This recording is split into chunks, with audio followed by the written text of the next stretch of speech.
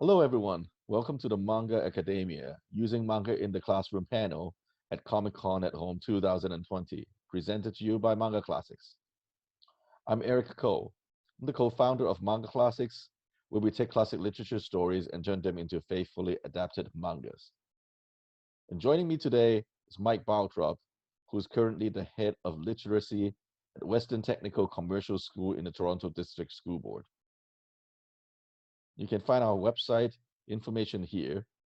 And if you need to get a hold of us later on, make sure that you save up this QR code, and then you know where to find us. Some of you might know me from my work at Udon Entertainment, the publisher of art books, mangas like Street Fighter, Dark Souls, Kill la Kill, Darkstalkers, Personas. And in fact, Manga Classics started off as a joint project between Udon and Morpheus Studios in Asia, whom we worked together providing the artwork for Street Fighter HD, or now better known as Ultra Street Fighter for Nintendo Switch. You may ask, why switching from video game and anime art books to classic literature? Well, honestly, the answer is very simple. My mom tells me so. No, it's not a joke. It's not a joke. It's like my mom was a high school principal in Hong Kong, and she's been nagging me for a while, saying like, can you do something more constructive for the kids rather than, putting these books out that people beat each other up? And yeah, it does get me thinking. I remember when I arrived in Canada over 35 years ago, the subject I struggled the most is English literature. And often I rely on Cliff Notes or go to a blockbuster and find a movie version of the books to watch in order to help me understand the context of the story.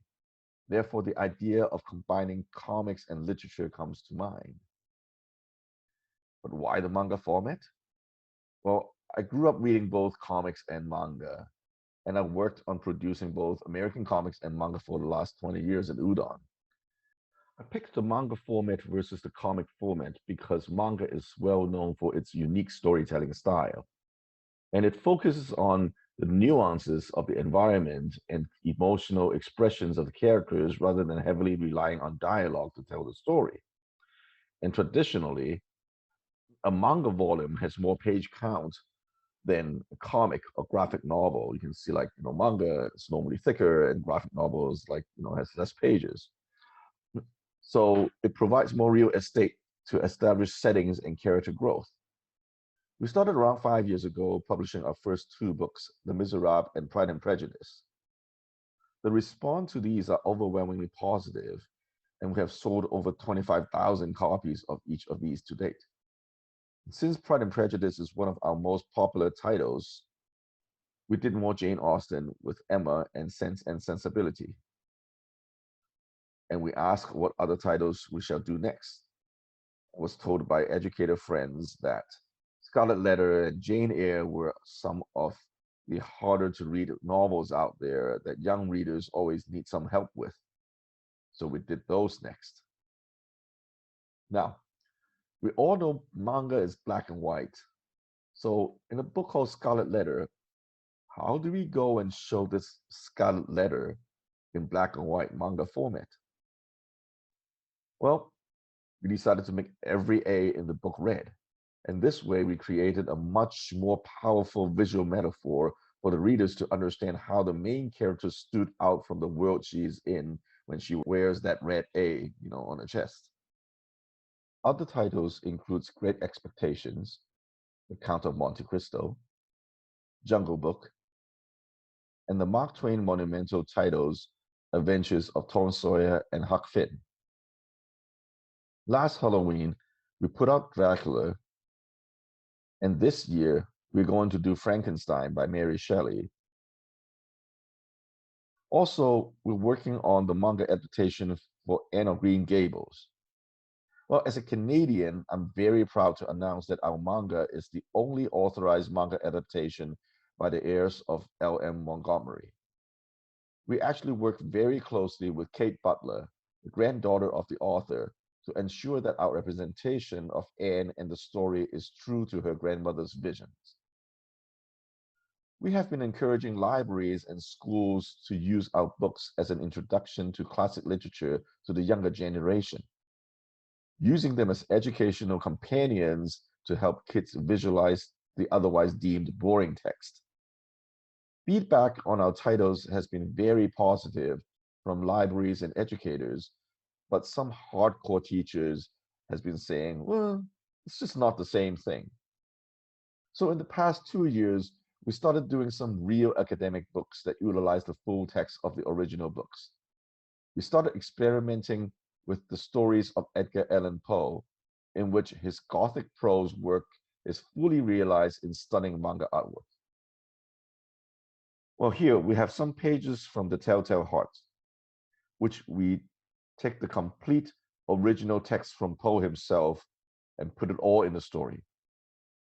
What we do here, as you can see, is with the use of different text and dialogue bubbles, the readers can easily differentiate dialogue from narration, from inner monologue.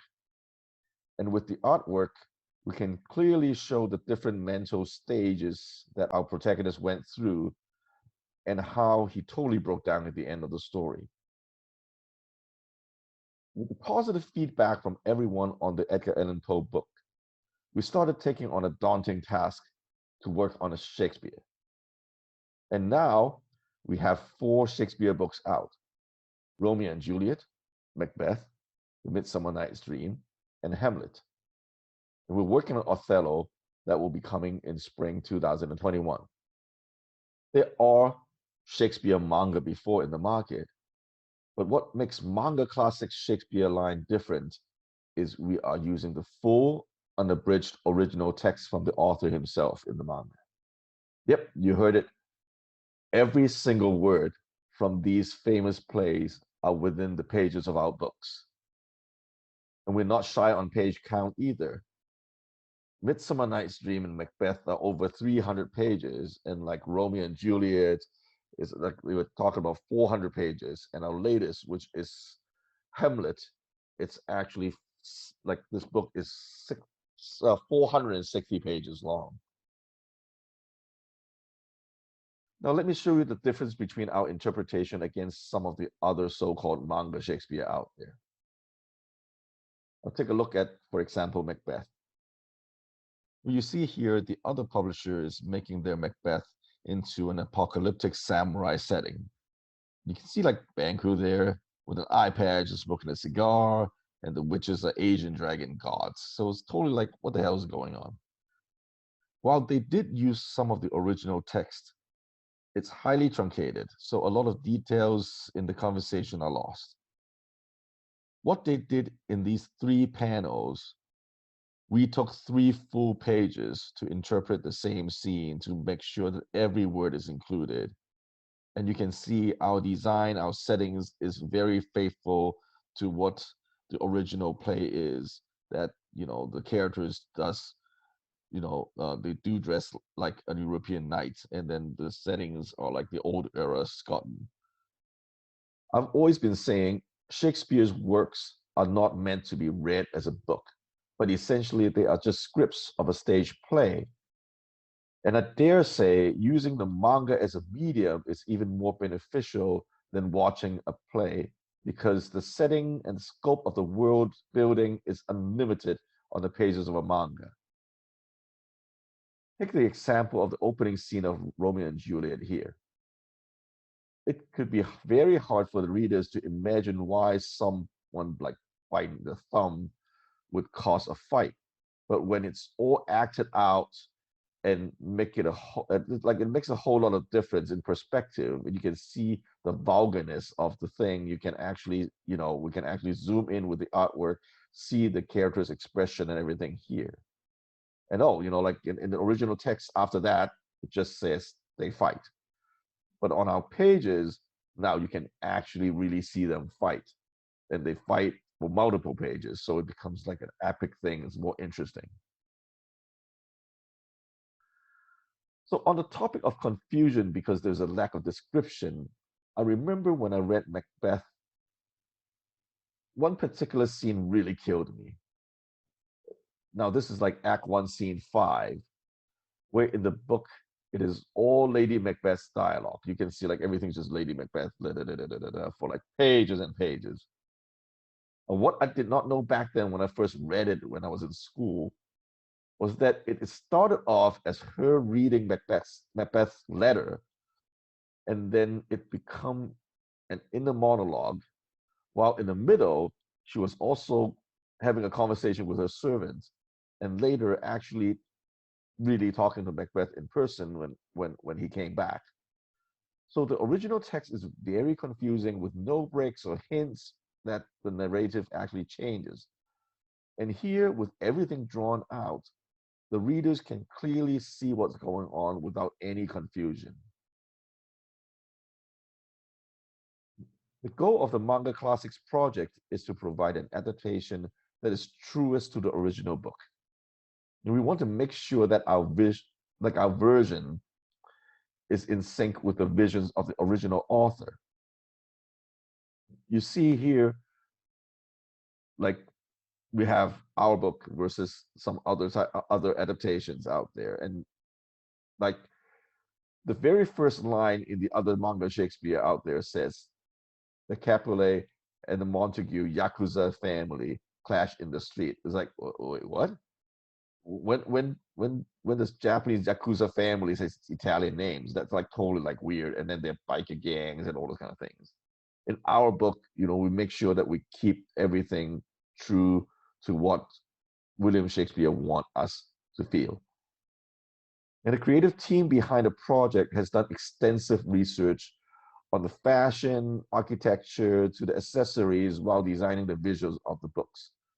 To show you how dedicated we are, our adaptation person, Crystal Chan, actually uses her honeymoon.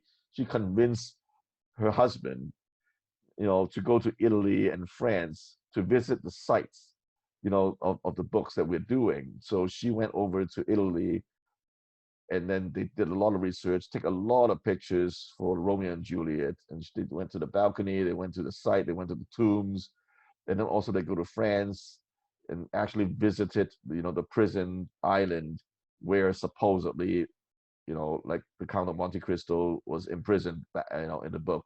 And we took a lot of pictures for reference. And the art team uses these references, in order to, make sure that it feels authentic, when we draw out the backgrounds. Our goal in making these Manga Classics book is to provide the schools with an alternative tool to get kids interested in these titles. Especially with the Manga Shakespeare line, you can actually use our manga as a complete textbook replacement, because essentially this is the full Shakespeare play just with graphics. Now, this is my friend who teaches English in Oman right now. He is, and then he is the English literature head, in a high school in Oman. And he sent me this picture telling me how his kid are having exponential improvements in their understanding of the play versus the year before when they're using the actual book. And then this year they're using the Manga Classics as a textbook. And now, like his school is going to have him bringing in the full line of books to get kids interested in English literature.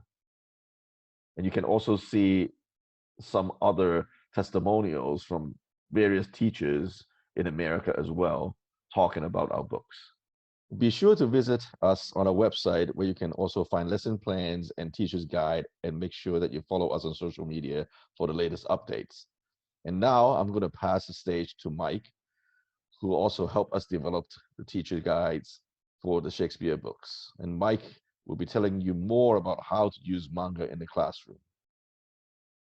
So if you just hold with me here, you're going to see something in a little moment. My face is going to be a little bit lower down in your screen. Here we go. Welcome to Manga in the Classroom. I'm Michael Barltrop. I'm an educator for the Toronto District School Board, and you can find me at whatbinder.com. You can also follow me at Mr. Barltrop. I look forward to engaging with you. So today we're going to look at the importance of manga. We have so many reluctant readers in our classrooms. You know reluctant readers. They're the type that are having a hard time getting into their book. Maybe they'll have it open in front of them, and maybe they'll look at the pages. Some might even be flipping them. But are they really reading? Are they understanding? In a lot of cases, they're not, even though they have the ability to read. We want engaged readers.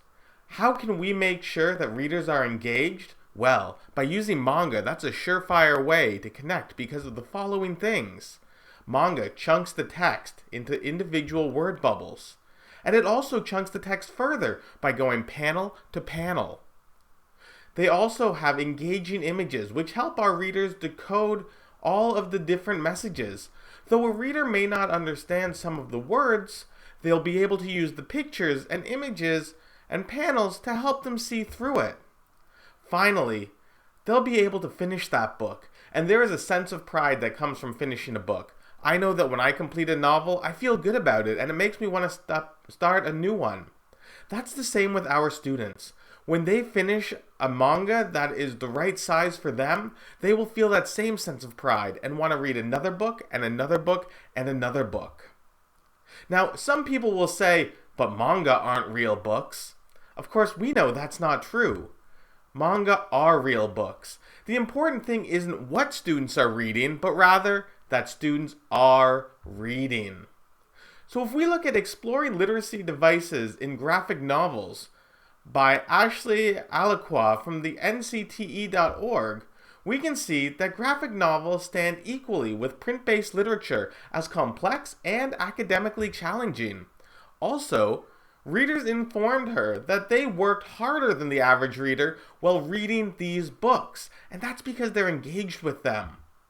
And literacy devices are recognizable to the students with no prompting from the teacher. Imagine the graphic novel's capabilities with a teacher's guidance. These are students being able to engage with text at their own level, but when they have that guiding educator voice, they can reach heights that they never thought possible before. And most importantly, this medium will grab students' attention and help them grasp difficult literary concepts and visualize those concepts. So again, those same concepts that you could teach with a traditional text-on-paper book, we can use with our manga. And importantly to me, manga inspires. There are all sorts of manga out there. Pretty much anything a student is interested in, even if it's becoming a teacher, there is a multi-book series out there that they can engage with, and they can make part of their own learning process. Now, here's some information from the Toronto Public Library about the most circulated manga. Coming in number 5 in 2018 was Assassination Classroom, Volume 19, with 363 circulations. That means almost every single day a new person took this book out. Then we have Your Name, Volume 1, showing that even new series can make a big difference. You don't need to be part of an existing series. Our students, our children, are interested in everything that's coming out. There's, of course, Naruto, and then Tokyo Ghoul. And coming in number 1 as most taken out in 2018 is No Matter How I Look at It, It's You Guys' Fault I'm Not Popular. With more than a person taking it out every single day. And one of the things that keeps these numbers so low is that there's only a certain amount of copies available. If there were more copies of this manga available, there would be more circulation. So the one thing that we definitely know is that students and our children and our teachers are reading manga. So we want to meet them where they are, and that's what's so important about this. Now here are some not at all boring statistics. This is taken from my school. You can see that we have a collection size, and we have some manga, graphic novels, fictions, and there's the circulation stats. And you know what? Let's look at it this way. It doesn't matter if you fully understand the numbers. What you can see is that purple is the amount we have in our library, and green is the amount that we have circulating.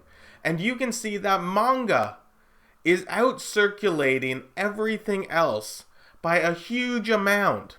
So if I were a librarian looking at this data and I was thinking, where should I be spending my budget to get the most return on investment? it would definitely be in the manga and graphic novel section. We can see that the difference between amount of texts and amount of circulation is staggering when it comes to manga. That's showing once again with hard data that this is what our students are interested in, and this is where we need to meet them. So let's take a look at graphic novels in schools. A long time ago, in the year 1994, there was a show named Boy Meets World. It was a show about Cory and Topanga and their adventures. Now, Cory did not like school. When his new English teacher came in, he said, "I'm going to sit in the back and read X-Men comic books." What did Mr. Turner do? Did he say, "No, Cory, you should not read comic books. Comic books are not literature"? Indeed, he did not. Mr. Turner looked at that X-Men comic book and said, "This is great. This is literature. This is engaging stories. You will absolutely read these comic books in my English class, and you're going to write an essay on them." To which Cory was not so thrilled. But he saw in that moment that comic books were an important part of our English class. So in 1994, we saw that this change was happening. What does your classroom look like now? Are you reading comic books? Is the department spending money there? Well, let's fast forward more than 2 decades later. And we have a show named Girl Meets World. Let's take a look at what happens there. We have a new English teacher coming to class, Harper Burgess. And Cory's daughter is in this class. And Harper says, "You're going to read comic books. You're going to read Batman Dark Knight Returns." And have we now reached the spot where everybody thinks this is a great idea? Indeed, we have not. The principal comes in and says, "You cannot read comic books. Comic books are not literature." But things are slightly different 2 decades later, because the wheel of time is spinning. And all of a sudden, we have Superintendent Mr. Turner coming in and letting the principal know that indeed comic books are literature. And Cory, who has grown up to be an educator, and Harper Burgess are able, with the support of their superintendent, to bring the text that students want to read into the classroom. So we can see, while things haven't completely changed, there are things spinning. And this now is 5 years ago. So what do things look like today? Hopefully we have far more prevalence of graphic novels in the classroom. Why might we not be seeing them? Because we get voices from students, parents, and education workers that say things like, "How are comic books preparing me for university? This isn't literature," and "You should be teaching us." Of course, we know that comic books are preparing our students for university. It doesn't matter what we use to teach our students the literature skills. What matters is that we are teaching them. No curriculum, be it the Ontario curriculum or the Common Core state standards, says you must use this book and this book only.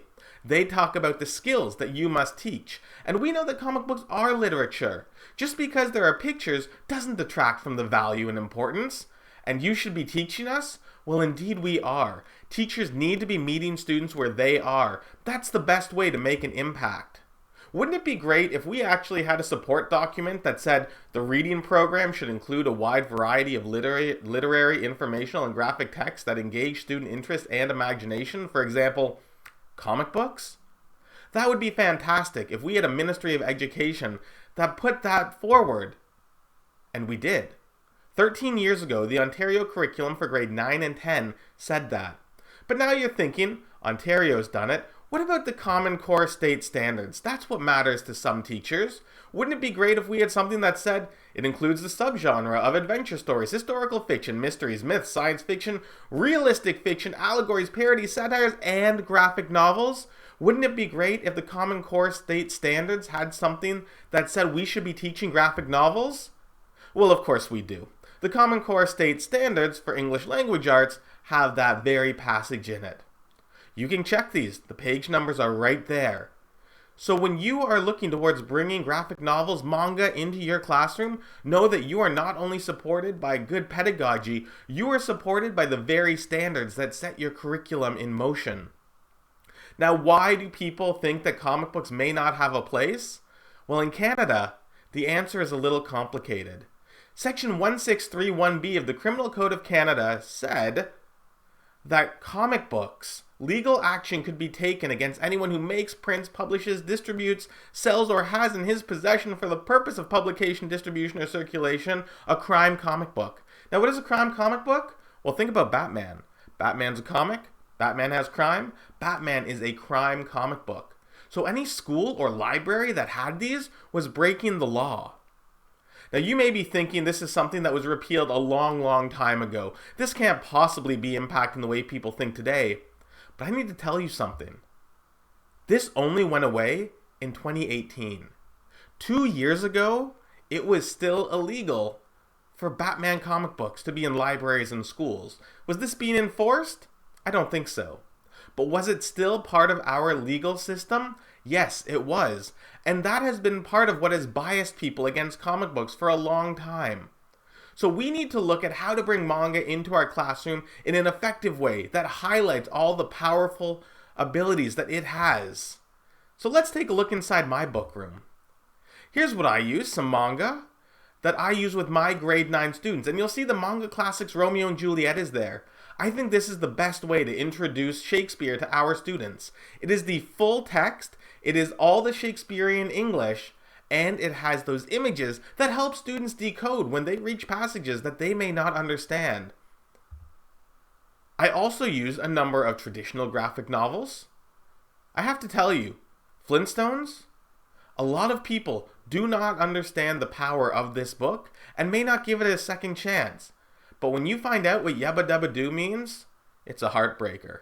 And that's what comics and graphic novels, manga can do. They can impact us on very different levels. This is what I use with my grade 10 manga. Again, you'll notice that Macbeth is there in Manga Classic format. And I have some non-fiction as well as fictional comic books and graphic novels. And I move on to grade 11 and grade 12. And in all of these, we can see that comic books do have a place in our classroom, and they are very much used in my classroom. Since bringing them in, I've been able to do literature circles with my students, allowing them to engage with materials that they find valuable. So let's take a quick look at the Ontario curriculum. I'm going to tell you that the Ontario curriculum and the Common Core state standards are all based around the 10 key literacy skills. They are determining importance, predicting, visualizing, summarizing, comparing, connecting, inferring, annotating, synthesizing, and questioning. If your lessons are doing any of these 10 things or a combination of them, you are following your curriculum whether you know it or not. Don't believe me? Let's take a look. Here we can see all of the different ways that the Ontario curriculum specifically connects to those 10 skills. These are the things that matter in our classroom. This is showing you that there are direct connections between those 10 skills and our curriculum documents. But again, you're saying, I use the Common Core state standards. Do they possibly connect to those as well? I will tell you that indeed they do. This is from English Language Arts, grade 9 and 10, Common Core state standards. And you will see that those very same 10 skills are all throughout the Common Core standards. So once again, you don't need to be focused on, am I doing writing 1, writing 3A, reading 7? All you need to be thinking about is, am I using these literacy skills? Be aware of your curriculum documents, but understand that day to day, if you are bringing in these skills, you are teaching the standards. And these could not be easier to do than they are with graphic novels and with manga specifically. So let's take a look at how I use Macbeth, Manga Classics, to teach all of these skills. First, we're going to look at inferring and predicting. I give my students the cover, and I say, tell me what's about to happen. Well, they need to determine importance and figure out what elements matter before they can do that. So they look and they see the swords, they see the thorns, they see the crown, they see the eyes of the queen. Because our students know that manga uses tropes. There are very specific designs. Those eyes of the queens are not the eyes of a hero. They're the eyes of someone who's a villain. So they know that the queen might have something bad going on. There's a sword separating them, so there may be a schism between them. There are vines. It seems as if this king is somehow tied up and unable to escape. And of course, the crown is what let them know that he was a king. So they know that the queen and the king may have some sort of schism dividing them, and the king feels tied by forces outside of his control. And very quickly, in that one moment, by using inferring and predicting and determining importance, our students, by doing no more than looking at the cover, have a great head start to understanding Macbeth. Next, we're going to ask them to connect. Here's a page directly out of the Manga Classics Macbeth book. They can see those witches and see these other scenes, and all of a sudden, they're going to realize that, maybe there are some similar things going on here. There are 3 witches in that bottom image. There's a woman who seems to be spinning the fates in that top image. She's from Akira Kurosawa's Throne of Blood, which is a revision of Shakespeare's Macbeth. And of course, at the bottom, we have the episode Cat's Paw from Star Trek. Our students can look at these popular culture images and connect them directly to Shakespeare. And it's so easy to do when they have those images right there to see visually what those distinct differences and similarities are.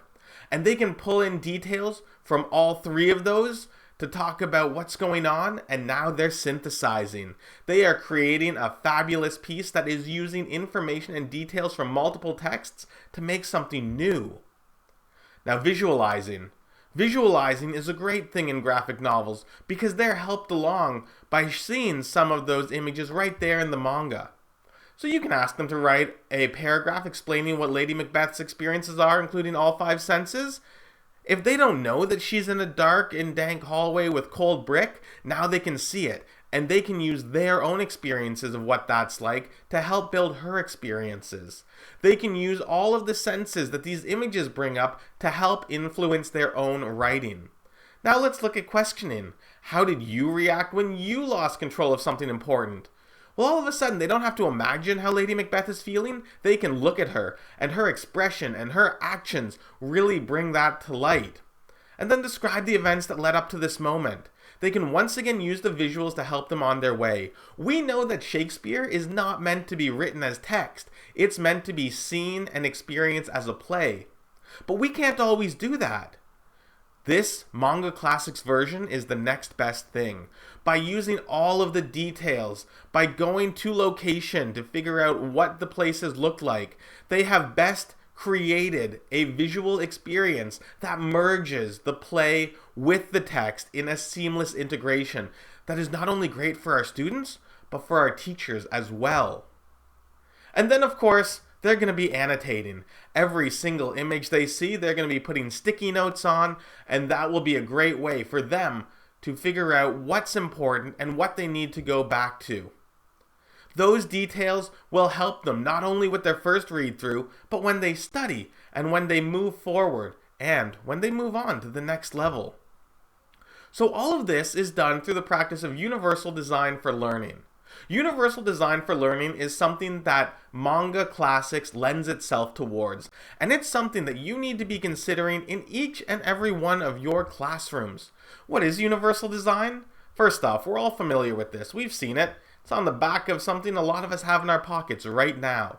This is the Lincoln Monument. Now, there are some things that may prevent people from getting to that Lincoln Monument and seeing inside. What might they be? Well, traveling there could be something that keeps people away. There are financial reasons that keep people away. But also, a lot of you probably saw this right away, those stairs. Those stairs keep people away because if you cannot walk up all of those steps, you're going to have a hard time seeing inside. Now, yes, after the fact, you could add ramps, you could add elevators, you could add all of these things. But if you did, they would look out of place or they'd be hidden around in the back.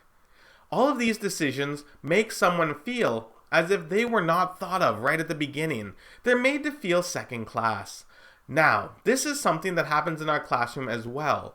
Think about if this memorial, this monument, had been designed with those ramps in the original architecture. Think about if this had been designed from the ground up for the needs of everyone. That's what we need to do for our lessons. So what is universal design for learning? Well, it comes down to classroom design, lesson delivery, assignment design, and assessment and evaluation. When we think of these pieces, we can think about how to best bring things to our students. When a student looks at our classroom, they're looking at a reflection of our teaching, our values, and our ideals. That's true. We need to have student work on the wall. We need to have lesson goals put out there. The way that we present information is as important as the information that we present. It's one thing to stand at the front of a room and just talk to people. It's another thing to just hand out well-formatted text documents. We can use images as well, infographics. We can also use videos, making sure that closed captions are on so that everyone can engage. And we know that we need to be annotating these things, but it's not enough to just use one of these formats. We have to use all of them together to get the best impact. Now, students should be challenged, but they shouldn't have to struggle to understand their expectations. Again, if we give out an assignment like this, well, that's one thing. And some of you might be thinking it's already checked. There are headings. But let's take a look at how we can make it even stronger. We can see this, and now there's bold and there's bullet points, and all of a sudden students have an easier time engaging with it. But why stop there? We need to take universal design one step further and use actual colored headings, and we need to use well-chunked pieces.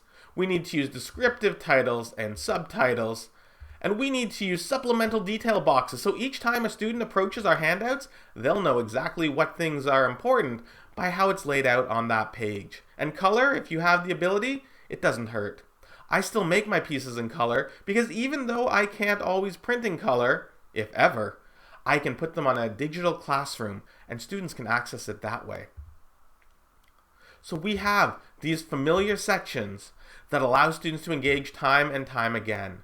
Now, marks shouldn't reflect who a student was, it should reflect who they are right now. Students need to be aware of how they will be assessed, they need to know that the expectations are targeted, and they need to understand what perfection looks like through exemplars. They need to be feeling as if they are safe to take risks and have the opportunity to re-demonstrate. Because if students can't re-demonstrate their skills, they're going to take the safe way. They won't take risks and they won't challenge themselves. At the end of the day, we want students who not only are high achievers, but who are high achievers and who push their boundaries. So how do we do that? This is an Ontario curriculum document. First, we take a look at what skills we want to target. You can do this with Common Core as well. You think of some questions that go for each of those skills that students can look at. And then all of a sudden you think about, what will that look like in my rubric? Here's an example of what that might look like. You may use 5 levels, 6 levels. That's up to you. What matters is that students understand what they're doing and how it's connected to their curriculum documents. Because the worst thing you can say is, you just need to do this. And here students say, why? What does this matter? If you can link them directly to the curriculum reason, they won't question that. So how do we use Manga Classics as a class text to do these things and use universal design? Well, here we are with Romeo and Juliet. You'll see that these are the learning goals that you could put right up in your classroom. This is taken from the Ontario curriculum version, but don't worry, there is a Common Core version as well. Here's an example of an assignment. You'll see that the assignment sheet is already well chunked, using colors, using diagrams, and has all of those sections that students need to approach it. This is the type of thing that students can do by creating a connection to the comic world by making their own strip. They can fill in some backgrounds, and once they've done that, they can use the Manga Classics visual image package that is provided for all Manga Classics Shakespeare texts, where students can grab images right out of the book and put it directly into their assignment. They can use these high-resolution professional images to enhance their own learning, and now they're directly making connections from the text because they're directly using passages and images from the text for their comic. And then they can just add on their own words however they want. And we see a connection between Romeo and Juliet in a high school classroom. I can't wait until our game against the Rams tonight. We're going to crush them. Even though he plays for the other team, I still like him, and thus forbidden love was born. And, okay, now it's time to mark this. Did it identify the target audience response with effectiveness? I mean, kind of. It's not the greatest comic in the world, but it does address the high school students. And it is showing an explanation of how the biases impacted this piece. It's showing that, yes, students are feeling the same way as Romeo and Juliet. They're going through similar things. Does the medium form suit the topic? I mean, kind of. It's, again, not the greatest thing in the world, but not everything our students do is going to be great on every single point. That's why we need to allow them to redo and reassess each skill. Does it use the right conventions? Sure. It uses panels, it uses images, it uses thought bubbles, speech bubbles, and also narration bubbles. All of these things are important, and it's showing that students understand how this form comes to light. So, you may be thinking out there, well, it's impossible to do all of this. I can't use Manga Classics to use universal design, but I'm here to remind you that, of course, it is possible. Wouldn't it be great if there was a teacher's guide that had 15 three-part lesson plans? That had 15 activities with handouts? That had pre, post, during, and reading activities, graphic organizers, skills-based tests, to focus on what really matters at the end of your text? Differentiated project-based final tasks to allow students to connect with learning on their own level in a way that seems best for them? A final essay assignment, because we still need to teach those traditional reading and writing skills, and by doing that through a final essay with thought-out essay topics is a great way to connect. And of course, literacy test prep materials for those writing the OSSLT in Ontario. Well, Manga Classics offers this for each test, for each of their Manga Classics Shakespeare books, for both Ontario curriculum and Common Core standards. And they're not coming soon. And they don't cost a fortune. They are put out for free right now at mangaclassics.com. The Ontario guides can be found here, and the Common Core guides can be found on the mangaclassics.com website. If you have any questions or comments, feel free to connect with me online. I look forward to hearing from you, and I look forward to us bringing Manga Classics to our classrooms to best present universal design for learning to see the most success for our students. And this concludes our Manga Academia panel brought to you by Manga Classics. Again, you can find the different guides at the following links. And if you have any questions, feel free to contact us anytime via social media or email. And remember, these guides, they're not just for teachers. These are for parents, these are for students, these are for anybody who wants to get more from the literature they love and develop the literacy skills that they need. Well, hope everyone had a good time. Thank you very much for attending our panel. Goodbye.